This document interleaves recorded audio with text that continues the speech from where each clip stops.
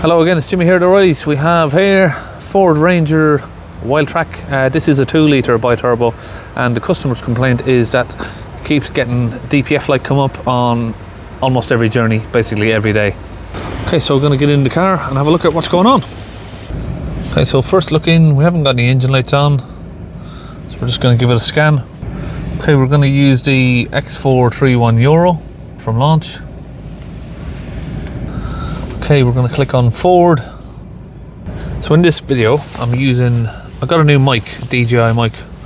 Don't know if it makes any difference. Let me know in the comments if you think the audio is better with this or without. I normally just use my phone without any mic, but I do know, like, if it's windy, I'm trying to sort of make it better if I can. So we have the choice of 2-litre or 3-litre Power Stroke. This one is a 2-litre. Okay, so we don't actually have any fault codes here by the looks of it regarding to the engine. Invalid data from the processing module vision camera. Right, ECM is where? A PCM there. Let's have a look in that. We're going to try and go into some live data, see what the statistics of the DPF are. Okay, so I just had a chat with a customer, and I said, has anyone cleared the fault codes? Have you cleared the fault codes? And he said, well, no. The engine light hasn't actually come on. He said it's just he said to me, when he booked this in, he said, I've got a DPF light on. Can I book it in for you to have a look at it? And I was assuming the engine light was on and the DPF light was on, but he said no, the DPF light comes on every day and then it goes off if I drive it.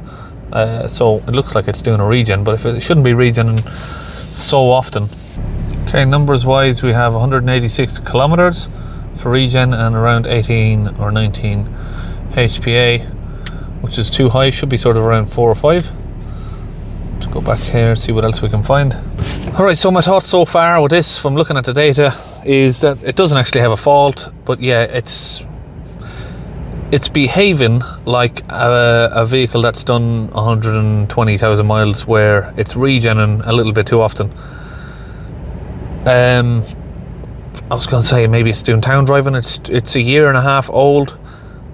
I don't even think it's a year and a half old yet. It's sort of year and 4 months older maybe, or something like that. But it's regenerating too often. So I mean, some of these newer 2-litre engines, they're just capturing so much soot that and the DPFs are maybe a little bit too small. We shouldn't be seeing what we're seeing here until the vehicle has done at least 100,000 miles. It's only done 35, so we're seeing regeneration processes happen too often, which is a sign of ash buildup. Could also be a sign of damaged DPF, but we'll get a better idea of that if we clean the DPF and the DPF comes down to a low pressure. We know the DPF's good. If we clean the DPF and the pressure remains high, we know it's not soot or anything like that that's in there. It's the DPF is either damaged or it's got ash buildup. It's really impossible to have ash buildup at 30,000 miles, I would think. But I think a mixture of AdBlue and soot, when you mix AdBlue and soot together, I've seen it in some cars, and it comes out like sort of like the grey ash that you get from a barbecue, and the white powder of the AdBlue and the black soot of the DPF that's getting burned, they stick together, and I don't think it helps. But some cars I know, like the Peugeot Boxer, where they have the catalyst first, then the DPF. So you got your AdBlue injector coming out, and the AdBlue injector is getting covered in soot, and then you got your AdBlue fluid that's coming in, which creates a powder that's getting wrapped up with soot. Then it's going into your catalyst and then into the DPF, which I think makes it block up even worse. Okay, bonnet's up. I'm just gonna have a little look around the engine, get familiar. I've done a few of these before, but I've lost track. So I need to find out, where's the DPF pressure sensor. Is it under the truck, or is it up top? But yeah, I'm not a fan of this engine, to be honest, especially the emission system on it. Why would they do this? The DPF is over here. DPF is literally there. Yeah, you can see the DPF right there. Then they run the pipes across here, all the way around the back, and they mount the sensor at the back of the engine block behind here where you can't see it. Okay, so what I've done here is I've just disconnected that hose down there. The pressure sensor's around the back, but we've got that off as well, but it's kind of difficult to hold it in place and get the clips off and stuff. So we've just decided to come off from this metal tube just there. So we just confirm using a manometer that we're on the right side of the DPF, so the pressure is a little bit lower than it is on the machine, because obviously this is a differential pressure. So we're reading the pressure minus what the back pressure of the catalyst is after that.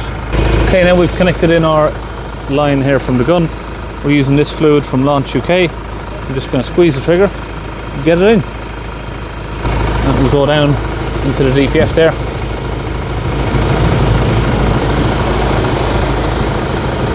Okay, back in the car now after we've put the fluid back in. We've just reconnected everything. Just going to hold the revs up for a couple of minutes. We can't see a rev counter on the dashboard here, but we're just holding the revs up sort of midway. Just going to take it for a run for 4 or 5 miles ish.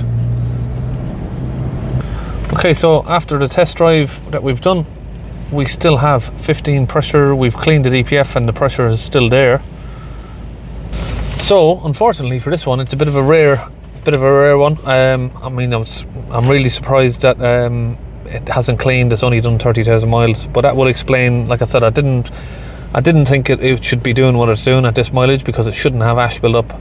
The exhaust tip is clean, there's no soot on it, and it looks to me like maybe the DPF's melted. So what's going to need to be doing is the DPF's going to need to be replaced on this, and before you do that, the fuel injectors and everything else is going to have to be confirmed that they're all working. So we can see from looking under the car there, the DPF is clean. Now unfortunately with this one, it's going to be a case of that the DPF is it's either melted or something is going on with it. We've got another DPF on the floor here from another van around the corner there. DPF's damaged. We've tried to clean it. As you know, it's not a case of, oh, your DPF cleaning hasn't worked. We do this every day, and the cleaning works. So if the cleaning hasn't reduced the pressure, the DPF is damaged. What I would recommend is this customer, he tried to book him a Ford and they couldn't fit him in until after Christmas. So we're 2 days away from Christmas. So what I'm going to tell this customer to do is just wait, bring it to Ford and say, look, I think there's an issue with the DPF, but I also think, maybe the fuel injectors need to be tested. It's probably going to need fuel injectors and possibly a new DPF definitely, but possibly fuel injectors or something. What has caused this DPF to be damaged at such low mileage? We're not 100% sure, but because this is under warranty, this car, I don't want to go any further on it, because I'm not going to. If the customer really wants me to, I will buy a DPF and put it in, but I would advise that he takes it back to Ford. So unfortunately, it's see you on the next video.